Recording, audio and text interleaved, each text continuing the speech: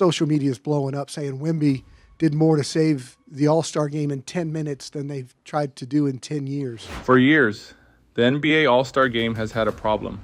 It looked like basketball, but it didn't feel like basketball.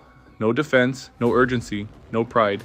Just highlight plays, half-speed jogs, and 180 to 170 final scores that felt more like a layup line than the best players in the world competing. Fans noticed, media noticed, even the players admitted it.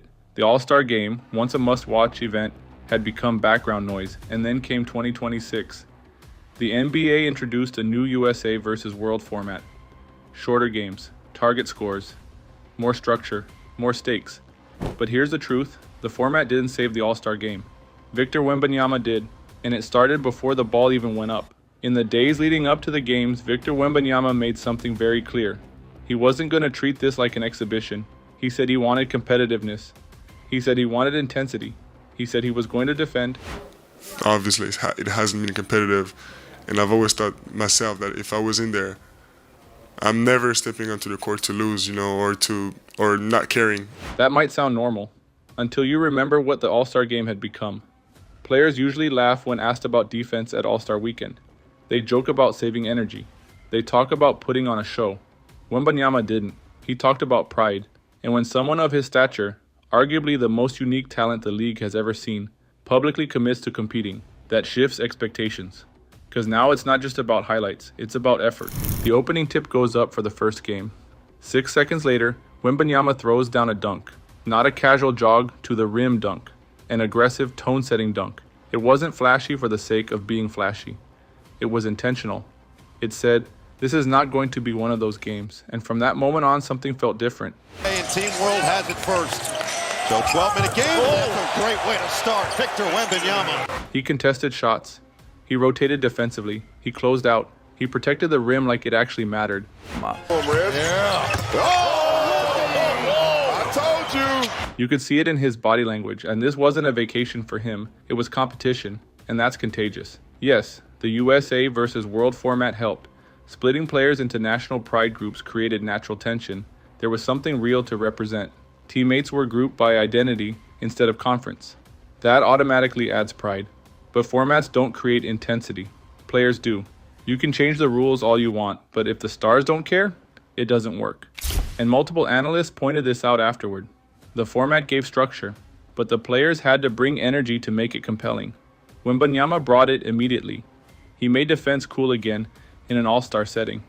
And once one superstar commits, others have two choices. Match it, or look like they're not trying.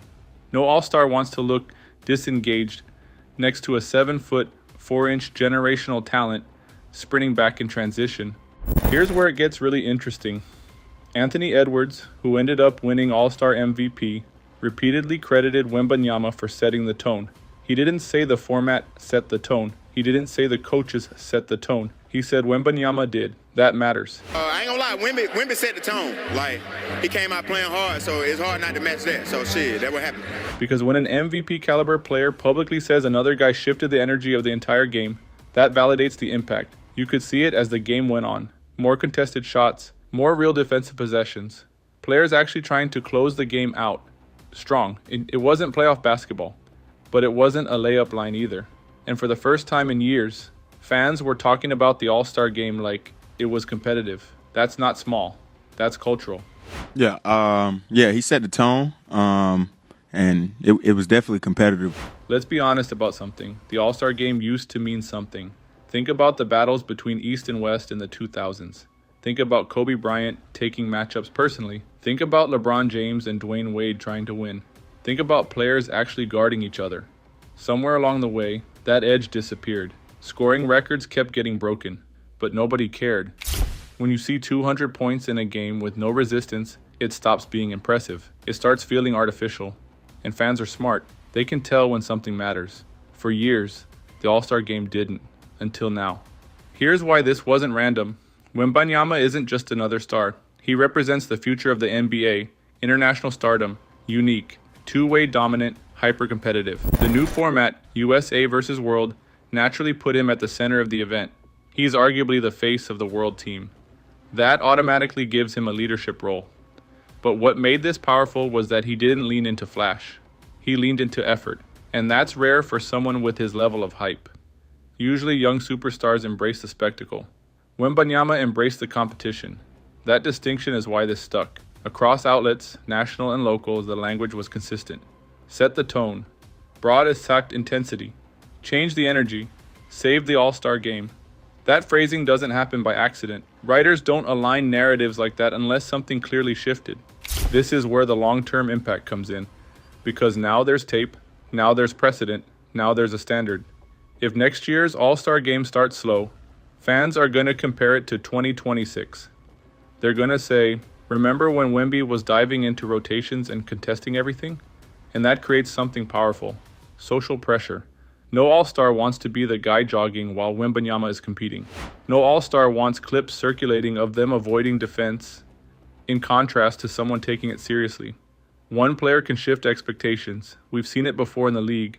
Effort becomes contagious when it's led by someone respected. And Wembanyama is respected. What's fascinating is that he didn't have to drop 50. He didn't need a viral moment. He just needed consistent intensity. That's what changed the environment. It wasn't a speech. It wasn't a confrontation. It wasn't manufactured drama. It was professionalism. And ironically, that's what made it powerful. That was right in the grill of his teammate. Oh, Wemby. Give it to him. Give it to him, Red. Yeah. Oh! Because effort in an all-star game shouldn't be revolutionary, but it had become rare. Now let's zoom out. This wasn't just about entertainment value. It was about credibility. The NBA has been trying to figure out how to restore prestige to All-Star Weekend. They have adjusted formats. They've experimented with scoring rules. They've tweaked incentives. But prestige doesn't come from policy. It comes from buy-in. When the best players in the world treat something like it matters, fans follow. Wembanyama didn't just improve the viewing experience. He helped restore legitimacy. That's bigger than highlights. If you've been following Wembanyama closely, this actually tracks. He's hyper-focused on growth. He embraces defense. He cares about impact beyond scoring. So when he approached the All-Star game with seriousness, it wasn't out of character. It was consistent. And that consistency is what makes it sustainable. This doesn't feel like a one-off performance. It feels like a mindset. That's the big question. Did one player truly save the NBA All-Star game? Or was this just a perfect storm of format change, national pride, and a competitive group of stars? Here's the case for yes. Without Wembanyama's immediate intensity, the game likely starts slow. If it starts slow, momentum dies. If momentum dies, the format looks gimmicky. Instead, the energy was high from the jump. That tone carried through, and the narrative afterward overwhelmingly pointed to him as the catalyst. When multiple outlets, players, and analysts align around one name, that's not coincidence. That's impact. The true test won't be what happened in 2026. It'll be what happens next, because one great All-Star game doesn't fix a decade of declining intensity. One competitive night doesn't erase years of criticism. And one player, no matter how influential, can't permanently change culture unless others follow. That's what makes 2027 so important. If next year opens with the same urgency, if shots are contested in the fourth quarter, if pride shows up again, then we'll know this wasn't a fluke. We'll know it was a reset. For years, the expectation around the All-Star game was simple. Entertain, don't compete. No one wanted to risk injury. No one wanted to look overly intense. No one wanted to be the guy trying too hard in an exhibition. But when Wembanyama flipped that psychology, now the pressure is reversed. Now if you don't compete, it stands out. Because if future All-Stars feel even a small obligation to match that intensity, then this goes beyond one stat line. It becomes influence. And if that influence sticks, 2026 won't just be remembered as a good All-Star game. It'll be remembered as the year the All-Star game found its edge again. So now I want to hear from you. Did Victor Wembanyama actually save the NBA All-Star game? Or are we overreacting to one good year? Was it the format that deserves the credit? Or was it the effort? And more importantly, do you think this level of competitiveness is here to stay? Because if it is, we might look back at 2026 as the year the All-Star game stopped being a joke and started mattering again. And if that shift began with a 7'4" superstar deciding to play defense in an exhibition game, that says a lot about who Victor Wembanyama is becoming. Let me know what you think. Did he save it, or is the real story still unfolding? And if you enjoyed this video, make sure to like, subscribe, and turn on the notification bell so you don't miss any future uploads. Thanks for watching, and I'll see you in the next one.